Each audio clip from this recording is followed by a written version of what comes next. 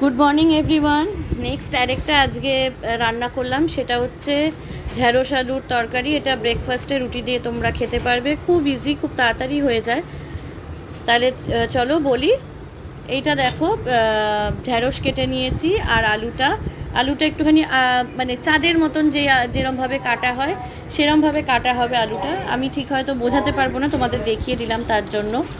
আর পেঁয়াজ, কাঁচা লঙ্কা আর টমেটো, আর কিছু লাগবে না।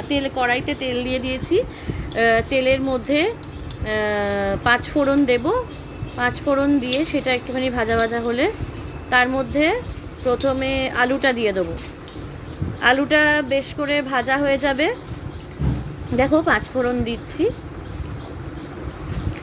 হ্যাঁ, এরম পাঁচ ফোড়ন দিয়ে পাঁচ ফোড়নটা একটুখানি ভাজা ভাজা হলে তারপরে এর মধ্যে আমি আলুটা দিয়ে দেবো।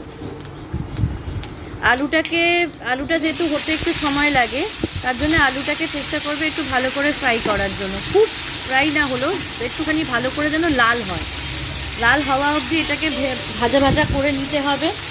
ভাজা ভাজা করে নিয়ে তারপর দেখো চাপা দিয়ে দিয়ে ভাজা ভাজা করে নিতে হবে। ভাজা ভাজা করে নিতে হবে। ভাজা ভাজা করে নিয়ে, আচ্ছা, পেছনে যে আওয়াজটা হচ্ছে এটাকে নেগলেক্ট করো। দেখো এরমভাবে লাল লাল করে একটু ভেজে নিতে হবে। ভেজে নিয়ে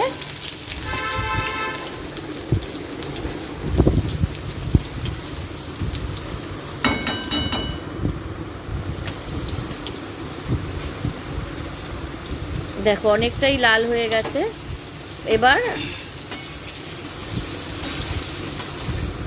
এবার আমরা ঢ্যাঁড়সটা দিয়ে নেব। ঢ্যাঁড়স দেব, ঢ্যাঁড়সের সাথে টমেটোটাও দিয়ে নেব। টমেটো, পেঁয়াজ এইগুলোও দিয়ে দেবো। আমি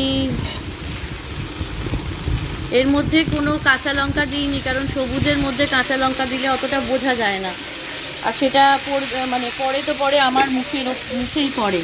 তার জন্য আমি কাঁচা লঙ্কাটা দিইনি। দেখবে আমি পাশে সরিয়ে রেখেছি।